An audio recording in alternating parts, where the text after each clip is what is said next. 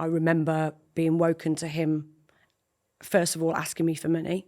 When I said no, I just remember thud. And the first thud was on my head. I could feel that he had shoes on. I looked across and my bedding, which was white, was completely red, covered in blood. He was sitting the other side of the bed with a meat cleaver, chopping at his wrist, saying, "We're going together, babe."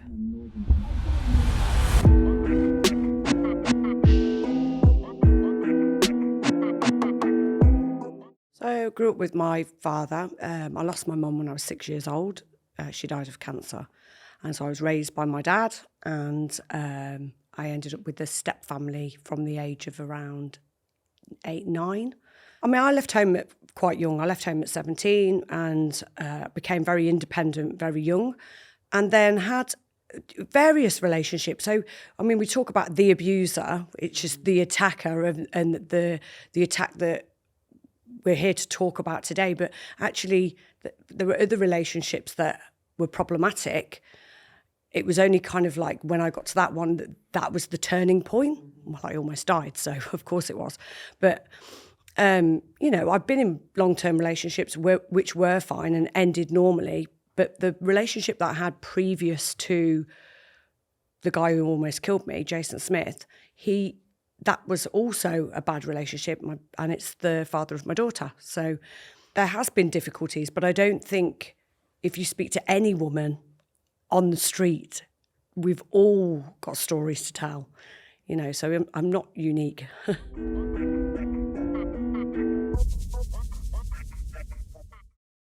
I'd ended the relationship with my daughter's father quite some time before, and I was living with my dad. I was a single professional mother, and I was going out and doing, working, having to travel for business meetings and things. My dad was very much a support system for me.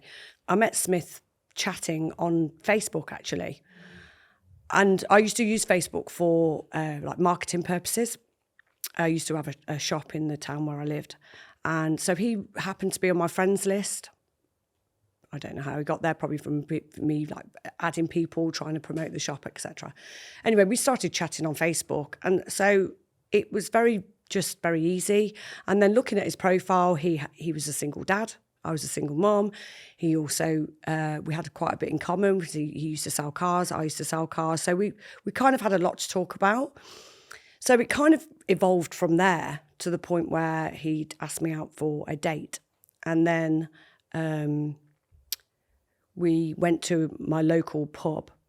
And then he, at the end of that date, which was great, by the way, at the beginning, it was like he was really attentive. We were talking. He was very charismatic, confident. And, I just thought, wow, I can't believe this guy's single, At the end of the date, he dropped me home in a taxi. I told him that I worked from home. And then the next day, I got a text saying, "Look outside." And it was him. And I was a little bit taken aback because it was like literally the first date was only the night before. And he was like, "Oh, I was just passing. I just thought I'd pop by."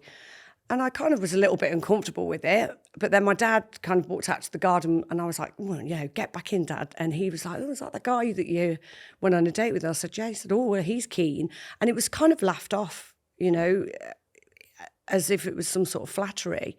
When I look back with hindsight, he was breaking boundaries from day one.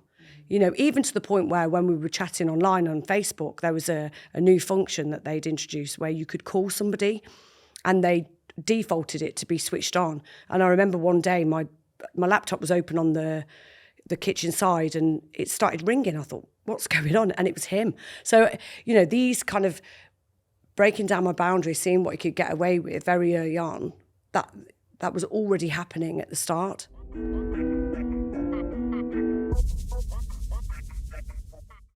We started dating and we were dating for a number of weeks, and then my dad became really poorly and he ended up, he was quite severely, he had a thing called Guillain-Barré, which then he ended up in intensive care on a tracheotomy. He was induced into a coma, so it was all really traumatic. And obviously my dad was my support system at home, so he used to often take the children to and from school if I had meetings or whatever.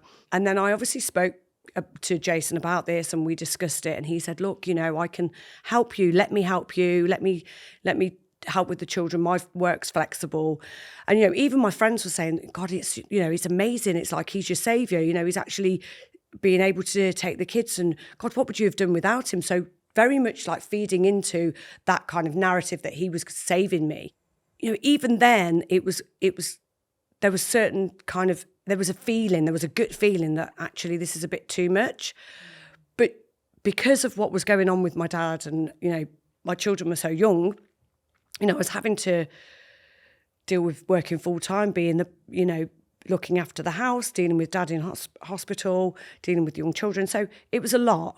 And, you know, he did step up, and he was helping, and it was brilliant, you know, and, but it was months into the relationship when that started to change, where I think he thought that he'd invested enough in the relationship with me that I would then start to accept certain behaviour. You know, the manipulation started quite early on. So if I was trying to arrange to go out with the girls, you know, he would be arranging something instead. So we'd book a hotel and say, yeah, but I've booked this for us. Why would you go out with? So it was very, very subtle. And what we've got to remember is he is a master manipulator. You know, that he's honed his techniques by the time he'd got to me. As the relationship progressed, you know, we'd been on holiday together. I've met his daughter. He met my children. And then we became very entwined. He didn't actually move in with me officially, but he was pretty much spending a lot of time with mine. But he would know where I was, but I wouldn't necessarily know where he was, which at the time I didn't think like that. So I wasn't thinking, oh, I don't know where he is and he knows where I am. It's just now when I look back, you know, I went out on a night out with the girls, and I ended up going back to a friend's house, and he messaged me saying, well, why are you at this address? And I was like, how do you even know I'm there? You know, so and this is it. These small little things, like red flags, that they're niggles at the time. They're not something that you would pick up and think, oh my God, this guy's an abuser. You know, it doesn't work like that, because when you've been in a relationship, or when you're in a relationship, you're investing time and effort, and, you know, you've integrated them into your life. So it's not a case of, you know, even if somebody does recognise something that's uncomfortable, you don't just switch off. You know, we're human.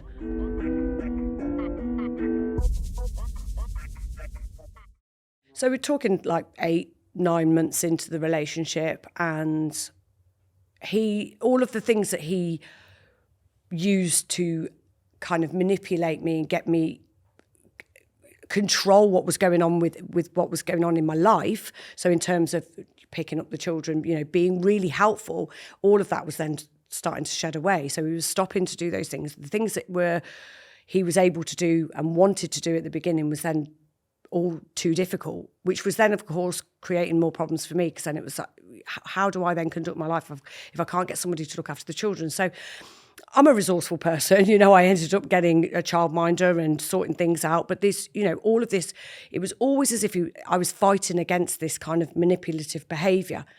But I would not have recognised that back then. It's only when I look back with hindsight, I realise what was going on. The decision came when he lost his job, and he started to drink in the day. And then it was a case of he was staying in bed all day. Then he was having these really dark days where he wouldn't get out of bed at all, drinking. And I was just like, look, you know, I can't have this. I can't have this around the children. I've got work, you know, I'm busy, and, you know, I'm still dealing with dad in hospital. And I asked him to leave and go and stay at his parents so we could have some space. But that was the point where I feel like a switch had been flicked, because he then started to call me, you know, many, many times a day, to the point where I was like, look, Jason, you can't keep ringing me, I'm working. And I mean, this is at the beginning, so this is gradual. So this is a gradual thing. So at the moment, he's still thinking we're in a relationship and we're just having some, and I'm trying to let him down gently. So I'm trying to create some distance, but actually the more I try and create distance is the more he's trying to reach in. Then it got to the point where I was like, look, do you know what? Actually, like, I just want a clean break. I just want to cut off, because you're not accepting what I'm saying. And some of the bits and pieces that he had at mine, I went and dropped them to his parents and said, look, you know, that's it. But at that point then, the number of calls and the texts and the emails and the WhatsApps and the Facebook all increased. It was just consistently all day, every day, to the point where I had to call the police. Then he was kind of going from, I love you, to Zoe, I'm coming home. I'm like, okay, this isn't your home. Then it was like, if you don't let me in, I'm going to come through the door. So then it was threatening me. But when I called the police were saying, well, he hasn't really done anything yet, has he? So, give us a call when he's done something. And you're just completely disregarded and met with this wall of what you're reporting is like minimised in some way, like it's not important. One time they came out, 2 male police officers, walked into my kitchen, looked at my kitchen, looked at each other, said, started making jokes. Oh, this is a nice kitchen. Don't show my wife this kitchen. Oh, you need to get yourself a nice boyfriend. Nudge, nudge, wink, wink. Really unprofessional and just outrageous, really, because nobody calls 999 as a calm thing. If you're calling 999, you're distressed. So the last thing you need is 2 police officers turning up thinking this is some kind of joke. At that point, I was then playing them the voicemails that he was leaving, and he was pretending to kill himself. So in one, he was saying, baby, I love you, I'm sorry, I'm going to come home. Others, he was saying, if you don't open the door, I'm coming through the door. Then others were saying, I'm going. And he was pretending to kill himself. That's a prerequisite to homicide. That is a huge red flag. That's something that they should have picked up on, the police. They also didn't collect that evidence. When you make that 999 call and you're presented with police officers, that first response is so important, because that response then led to me not ringing the police again until he ended up smashing in my door. So one Saturday afternoon, I came home. I had my 4-year-old daughter with me at the time, and walked into my kitchen, and I've got big windows at the back of the kitchen, and he was standing in my garden. Well, of course, I was shocked and horrified, because my garden's closed, so there's no, he would have had to break the gate to get through. He'd obviously broken the gate to get into the garden. He'd been waiting for me. I screamed, and then I saw his face turn to anger, run round to the side of the house, and then I could hear him kicking the door. At this point, I took my daughter up the stairs, and unbelievably, there was like a hailstorm at the time, so I was trying to distract her and saying, look out the window.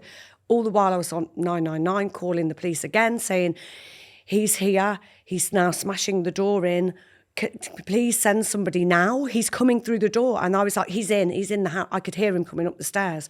And then he come into the room that I was in, and I just looked at him and looked at Sophia and was like, what are you doing? And he fell to his knees crying, saying, why won't you speak to me? And I was like, you need to run, the police are coming. And I think in his deluded mind, he thought that somehow I was helping him. He was like, I need to go. And I was like, yeah, they're coming. So he ran off. And I called the police. When the police arrived a couple of minutes later, I said, that's where he's gone. He pointed up the road, and they went and picked him up. And then one of the police officers came back and said, you don't need to press charges. You can just, it's up to you. I was like, well, I worked in criminal screening at the time. So I was like, well, if you don't charge him, it's not going to go on his record. Also, he smashed through my entire UPVC side door. I need to claim on my insurance. If he's not charged, then, so I've got to pay for that? No. And all the while, my response to this wasn't a fear. I'm not a fearful person. We talk about fight, flight, freeze. My natural reaction to things is fight. So I was furious. I was more angry about what was going on. And the risks are still there, whether I'm angry or whether I'm fearful. But I think when you're dealing with the police and you're coming across as angry, they just think, well, there's not a problem here because she doesn't seem like she's scared. And they did a DASH risk assessment on me. And one of the questions on the DASH risk assessment is the victim fearful? And the answer was no. But that doesn't mean there isn't any risk. And so, when they arrested him, they charged him with criminal damage. Then they said, well, then they just bailed him. So, of course, he was just allowed to leave the police station, and he just continued. Hi, and welcome to Deep. We love making videos, meeting people and letting them tell their stories. We really hope you're enjoying the channel, and if you are and would like a bit more, We've just launched the series as a podcast on Spotify. It's the full interviews uncut, so you can hear the whole thing, wherever you are, at home or on the go. But no matter where you're watching the content, please remember to like, comment and subscribe, as it really helps the channel. And don't forget to drop a comment below and tell us who you'd like us to talk to next. Thank you. Now, back to our story. Okay, cool.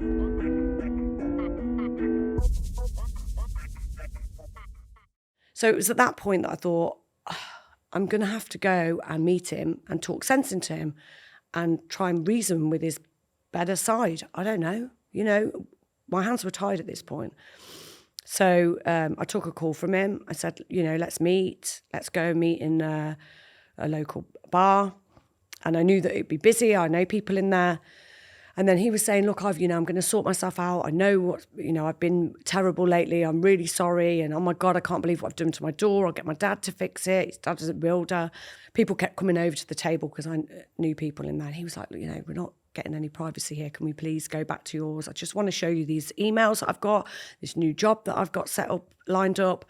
I'd had a glass of wine and he was the old Jason. He was the old Jason that I remembered. And you don't want them to be this unravelled person. You don't want them to be this broken person who's acting erratically. You can't get your head around it. You want the person that you first met to come back. So we went back to mine and, I was still angry.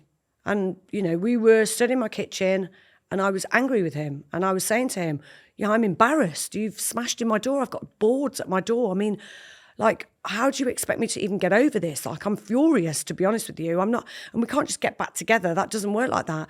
I didn't know then what I know now, that I was in an enormous amount of danger. But anyway, it got late and I said to him, look, you can either sleep on the sofa or let yourself out. I'm going to bed. I went to bed. It was then that I remember being woken to him, first of all, asking me for money. When I said no, I just remember thud, and the first thud was on my head. I could feel that he had shoes on, and it was just the most strangest experience because I just remember flying from one side of the bed to the other, and I said in the most normal voice, what are you doing that for? And then I just remember thud raining down on me, and I must have lost consciousness. The next thing I remember is coming round, slumped over the side of the bed and looking down at my hands, covered in blood. I was in an enormous amount of pain. My head was hugely swollen. You've probably seen the injury pictures that are online. I could feel that my head was twice the size. I could see the blood everywhere. I looked across and my bedding, which was white, was completely red, covered in blood. He was sitting the other side of the bed with a meat cleaver, chopping at his wrist, saying, we're going together, babe. And it was at that point that I just was like, and I had like an adrenaline rush. And I thought, he's going to kill me. I've got to get out of here. I remember I've got a chaise at the end of the bed and he had the laptop open. There was like an 8-inch knife at the end of the bed. I managed to get down the stairs. My bedroom's in the loft. I managed to get down the 2 flights of stairs, went into the lounge, tried to pick up the landline and press 999. Thinking if that call connects, the police will come. That call didn't connect, but the phone I threw on the sofa. He walked into the room and was like, what are you doing? Walked me back upstairs. And at this point, that's when I was pleading for my life because I was like, Jason, I'm dying. I'm dying. Please call me an ambulance. Please call me an ambulance. I'm dying. And at this point, I don't know whether he thought he could get away with it because I'd gained consciousness. So he called 999. There was a 13-minute call to the ambulance. He said we'd been in a fight with knives,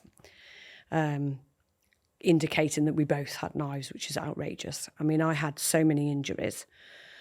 And I've got the transcript of that call. It's so harrowing. I'm in the background saying, I'm dying, help me, help me. And the operator's saying, hold a towel to her neck, is there blood? And just trying to keep him on the call until the police arrive. The next thing I remember is the police at the door and them shouting my name. He must have been coherent enough to go and unlock the door because that's how they got in.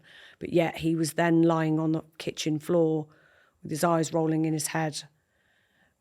I don't know, pretending what. Then the next thing I remember was being stretchered out and in A&E.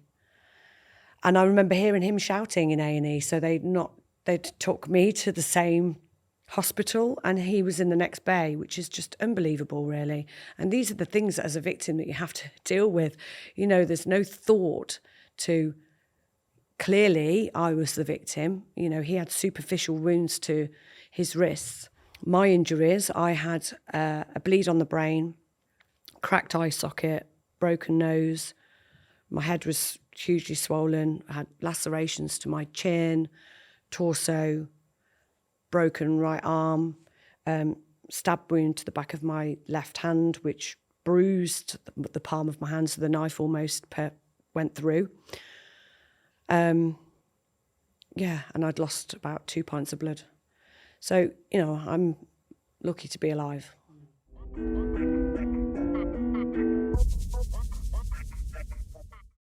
So he was remanded immediately. So he was straight away sent to prison. And his initial charge was attempted murder. I remember being in the hospital bed and I suppose like I was disassociated, like I disassociated myself to the actual violence.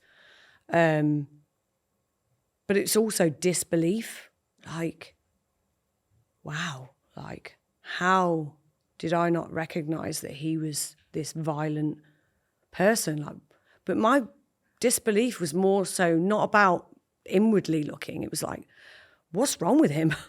You know, what would make a person do that to another person? Why the knives? Why that level of violence? Like, he's 15 stone, 6 foot tall. Like, look at me, 5'2", you know, it's like, no, I don't get it. So disbelief, and then, you know, a huge fear for my children because both of them, they have different fathers. There's an age gap between my son and my daughter.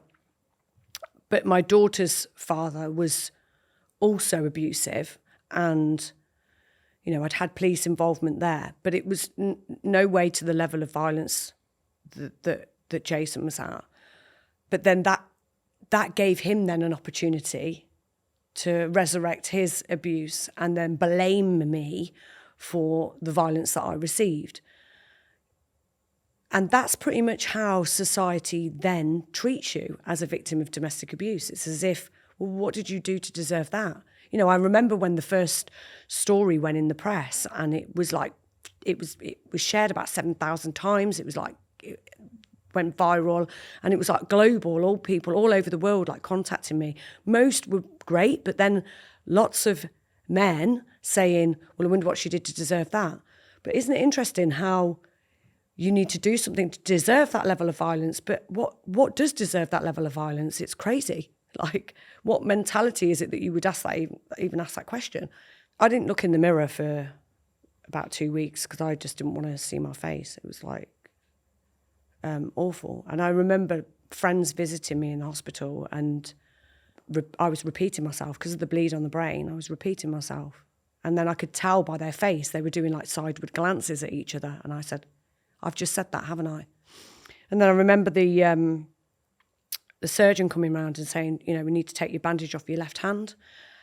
And I just thought I couldn't move my hand because it was bandaged. And then they took the bandage off and I, oh my God, what's going on? And they said, you know, you might never use that hand again. I was like, what? No, absolutely no. That is not happening. That is not happening. You know, so, I mean, I have almost, not quite fully got 100%, but almost 90% of use back on my hand. But, you know, again, mind over manipulators, the name of my book, but I talk about that a lot. Like, your mind is so strong. And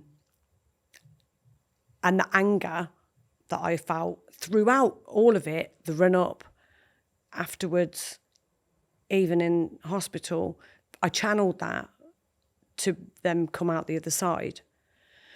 But it was while I was in hospital that I found out that he was a serial perpetrator. One of my friends came to visit me and said, he's done this before, Zoe, to a police officer. I was like, what? So that anger then was just, how on earth could I then call that same police force and them not respond, them say to me, somehow he hasn't done anything, call us when he's done something. What do you mean? He's done this before. And then I now know, once my story went in the papers, 13 of the women came forward at the time. 13. And that since has increased to 18. So it was not just the police officer. There were many in between. So her case was 10 years prior to mine, but there was many others in between that. And, they were saying to me, they were contacting me on social media saying, oh my God, I went on a date with this guy. He literally was like, checking where I was going and, talking about all these stalking behaviours.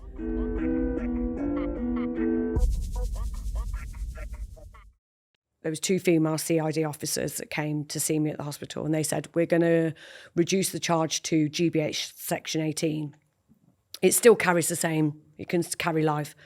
But we're going to do that because it's very hard in a domestic to get an attempted murder, because actually you've then got to prove beyond reasonable doubt that he was trying to kill you. But actually he made the 999 call, so he could then use that and say, but I was just, going to inflict pain or whatever. So that charge would then mean he wouldn't get convicted, which means he would have walked out of court. So, of course, the GBH Section 18 makes more sense in terms of a charge, because actually that's grievous bodily harm, and which is serious. To be honest with you, every single year I've had to fight to keep him behind bars. So that wasn't just a point in time. That was just another thing that I had to deal with. So 2014, I was nearly murdered. He wasn't sentenced until 2015. So then we had all the court case and everything then. Then 16, 17, he appealed. Then 18 or 19, I had 2 police officers turn up at my house and say, oh, we're thinking about putting him into open conditions because he's about a third of the way through his sentence. I was like, well, you must be crazy. This guy is a serial offender and he keeps doing this time and time again. And they said, well, and I just thought, well, there's no point in arguing with these police officers. I wrote to the Justice Minister at the time, Robert Buckland, and said, what on earth's going on here? Are you out of your mind? And he wrote back to me and said, which was quite useful actually, because he then said he was already in open conditions. So actually they had illegally moved him into open conditions without me knowing, putting me and my family at risk.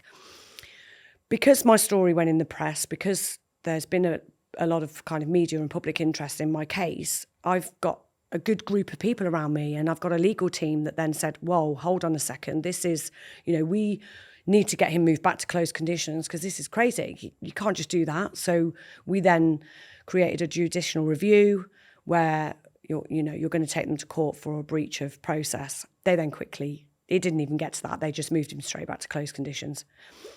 And then, while behind bars, he wrote to my son's father. He wrote to Laura Richards, who is the founder of Paladin, the National Stalking Advocacy Service. He wrote to journalists who wrote articles about me. And all of this was trying to smear my name. So he was saying I was lying, I was making it up, I fell. How I fell, stabbed myself and broke my bones, I don't know. When it got to the point of him being released, it was just another thing that I had to deal with. So, of course, it was like, yeah, he's going to be released. But on the run up to that, he went in front of the parole board, which I read my own victim impact statement. And again, they were saying, oh, you don't need to do that, we can do that for you. Well, no, I need you to hear the emotion. I need you to understand the level of upset and disarray he's caused in my life. It just every day I have to deal with something. My children have to deal with something. My son had to have counselling at school. My children were separated because I ended up in a family court situation where I had to fight to get residency back of my daughter. And all because of him, all because of this attack.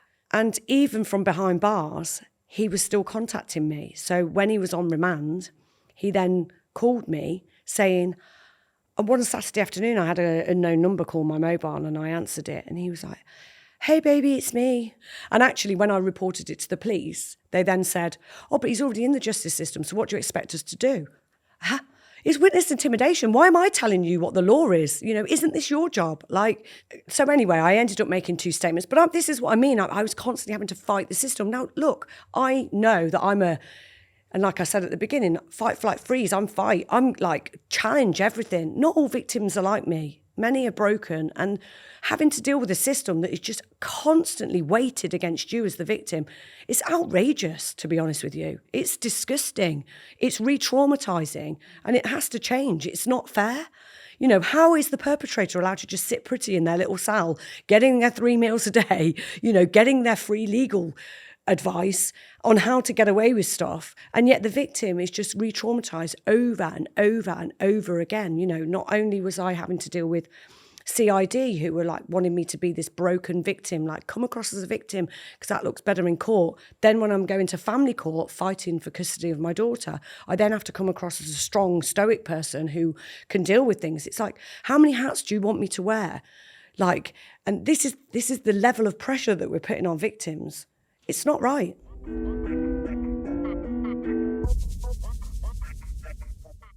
I mean, we've changed a number of laws, and, we've had stalking protection orders brought in. We had the stalking laws extended from 5 years to 10 years. I was involved in the domestic abuse bill where we had laws changed within the family courts. But I have to say that all of that work was done over the previous 10 years. Not a lot has changed. Specifically in family court, we're in the hands of judges to decide whether or not they want to use those laws.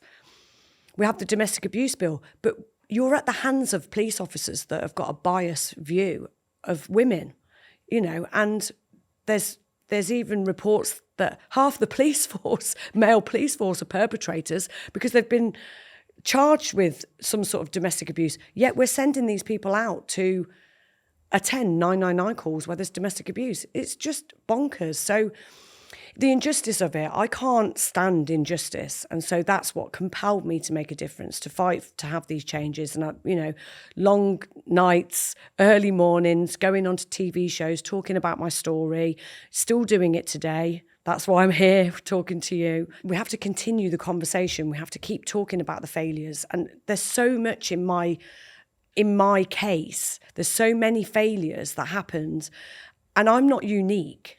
This happens all the time. It isn't necessarily articulated in a way that people will listen to it or people will understand it. Or victims don't want to talk about it. They just want to forget what they've been through and they just want to get on with their lives. Whereas for me, I just can't stand it. I want things to change. And I've got a daughter and I've got a son, and my son's 19 now, my daughter's 15. They don't have any of these behaviours and they absolutely understand kind of what this looks like. And I want that to be normal. It isn't okay to abuse somebody else.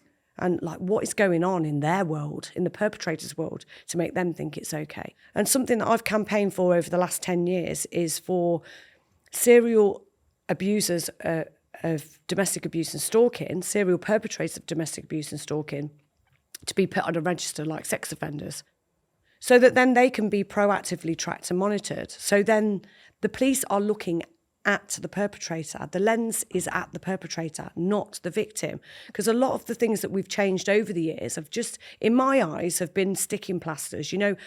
Protection orders.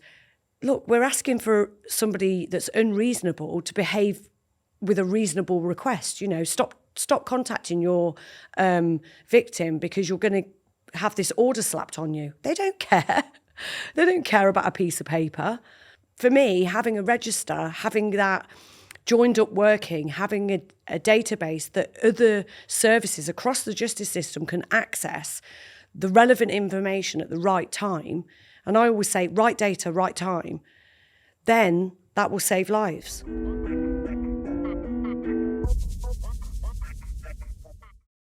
If you're in a new relationship, and your gut feeling's telling you it's not right, listen to your gut, please. We have instinct for a reason. I overrode mine all the time. And that's one thing that I absolutely will take away from all of the things that I've gone through, is that my gut feeling was right. and I should have gone with my gut. Secondly, you can do a Clare's Law. If you do feel like that and you are in a new relationship, do utilise Clare's Law and do a check, because then you will know if they've got a history of this. And there's never just a one-time offence. There's always a history. There's always a backstory. And then for somebody who's going through this, report it to the police. I know I've said a lot here about how poorly the police responded in my case, but they're not all like that. And there are good police officers out there. But if you are reporting and you come up against police officers that aren't taking it seriously and they're making jokes and, you know, you have a similar situation to what I've described, go to a specialist charity like Paladin, the National Stalking Advocacy Service, or any of the other national charities. Get advice, ask them to advocate on your behalf. They will then work with you and they will talk to the police on your behalf. That then gives more weight to what you're saying to the police. They will also then risk assess your situation. They will then be able to provide you with advice about staying safe and whether or not you should come out of the relationship and, you know, what you should do in those situations. And for me, silence is an abuser's first weapon of choice. They want to silence you. They don't want you to talk to anyone. They will want to try and isolate you. And those kind of behaviours will be prevalent at the beginning. You know, very much so Jason tried to keep me away from my friends, tried to turn me away, turn me against my friends. Very convenient when my dad ended up in hospital, because then I was very much on my own. The only people he needed to get rid of was my friends. So it started to make comments, or you know, when I made plans to go out with friends, trying to stop that. So isolation, controlling, it's a grooming, it's a form of grooming. And it's those kind of behaviours that you need to look out for.